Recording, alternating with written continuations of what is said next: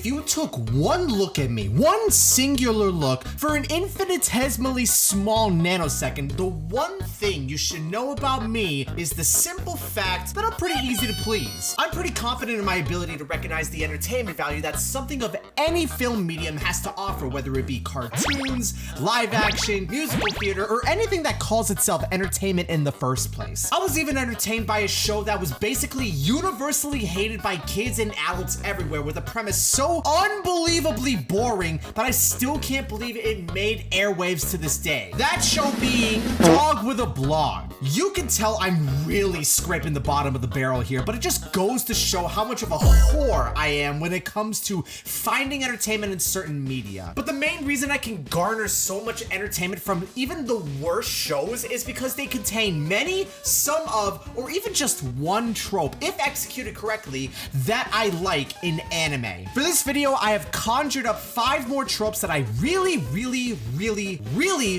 like in anime, and I want to discuss why I like them so much. This is the second installment of the series, so if you want to hear more tropes that I like in anime, please drop a like on the video, since that tells me that you want me to continue the series. Don't forget to subscribe to the channel as well. I would love if we could hit that 500 sub mark by the end of the year, and I wouldn't be able to do anything without your guys' support. So every single one of you goes a long way. Now with that out of the way, let's get into the meat and potatoes of this video, and let's talk about some more tropes that I like.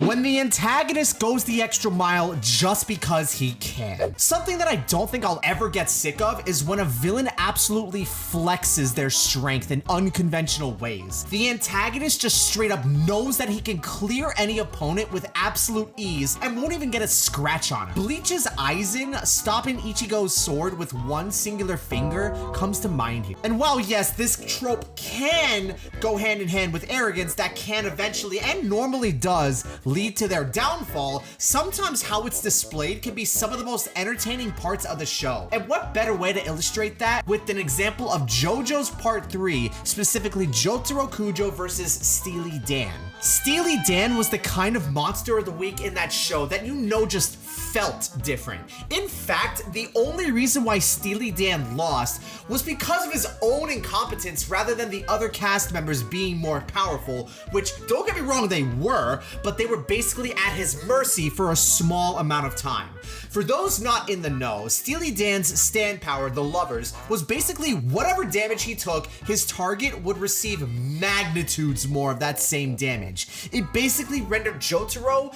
unable to do anything to Steely Dan for that amount of time. But the way this man went the extra mile, it would absolutely infuriate anybody in Jotaro's spot. He straight up points out several ways that Jotaro can kill him, whether it be through striking his face or his throat, or busting a hole through his chest, or even going as far as telling him to forget his stand and crack his head open with a whole rock. He even proceeds to take his money from his wallet right after that. But it gets worse. Steely Dan straight up turns Jotaro into a bridge for him to walk on over a canal, even when there's another bridge like 10 feet away. He did it because he could. That to me is a terrifying type of villain. There's planning, intent, and malice all involved in this trope, and it can psychologically affect practically anybody. It raises the stakes and its weight is felt. This kind of villain can normally be associated with a lot of strength, and that's all well and good. But when the mind games start to come into play, then it's a whole different story. When the henchman is more dangerous than the actual villain. This is one of the tropes where there's a real-life counterpart to it, and it's not exactly what you're thinking. And it's more common than you think. I mean, I'm only referring to the US military.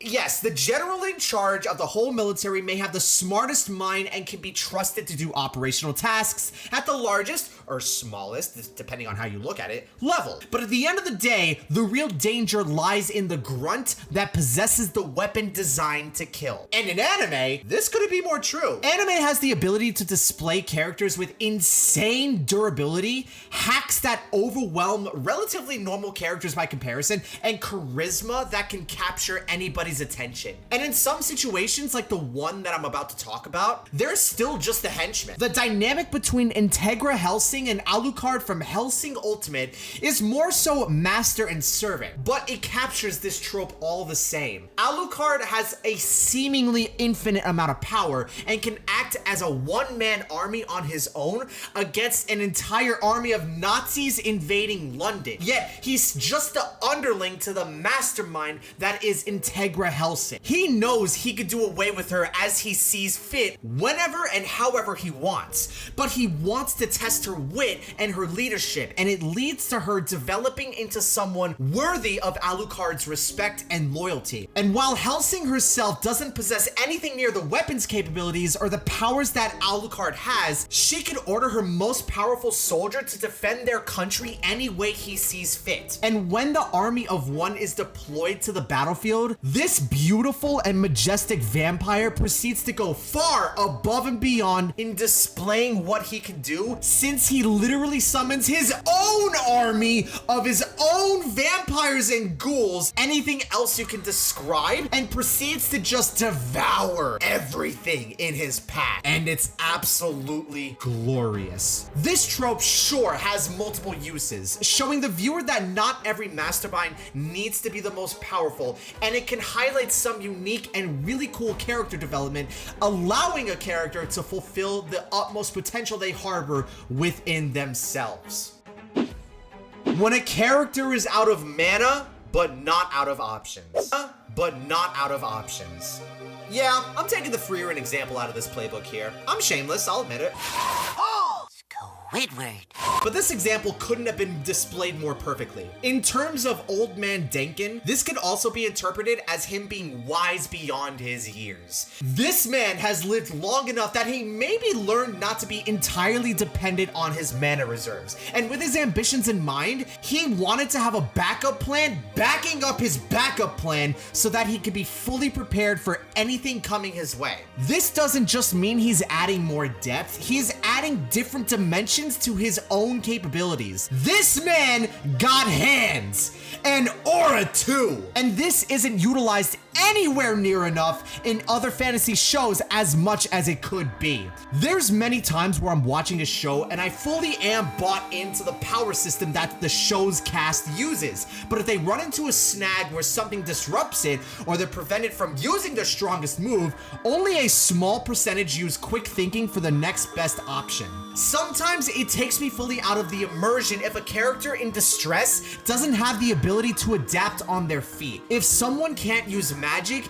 use blunt objects like rocks or sticks in a fight. If they can't use rocks or sticks in a fight, use the environment for cover until you find more rocks and sticks. And when you don't have any more of those, go the Old Man Denkin route. Use every option you possibly can until you can't anymore. That is my absolute favorite kind of fighter.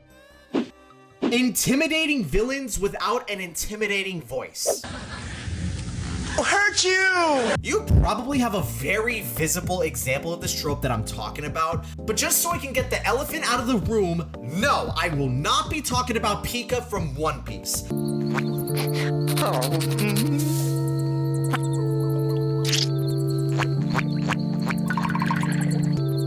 Trust me, not every single Tropes video has to have a One Piece reference. However, that being said, this trope is such a funny way to subvert expectations when a supposedly life-ending threat gets all of its aura taken away because of something that's not even in its control, in this case, the fault laying on their voice. Barry the Chopper from Full Metal Alchemist Brotherhood, for all intents and purposes, has a genuinely scary design. He can detach his head from his body like he's the Headless Horseman, and his more rotund body design distracts from the fact that he always wields double hatchets. He's a literal former serial killer, for God's sake. Even if he was a human when those heinous acts were committed, his design was only sharpened and perfected when the in-universe military performed experiments on him instead of executing him. But that voice, Oh, man. It's played for laughs, I know, but he sounds even less intimidating than a puppy dog trying to bare its fangs when its front teeth haven't fully developed yet. This trope can extend to shows outside of anime too. There's Poseidon from Epic the Musical, Skeletor from He-Man, and Jack Spicer from Shaolin Showdown. Put them in the right environment and they can easily make up for their one shortcoming against the protagonist, or they can even enhance their circumstance if all the cards are dealt right. It can also span between any one minor villain henchman or the main bad guy throughout the series. Bonus points though, if a show commits to the voice instead of trying to fake it by making them pretend they're a lot scarier than what they actually are.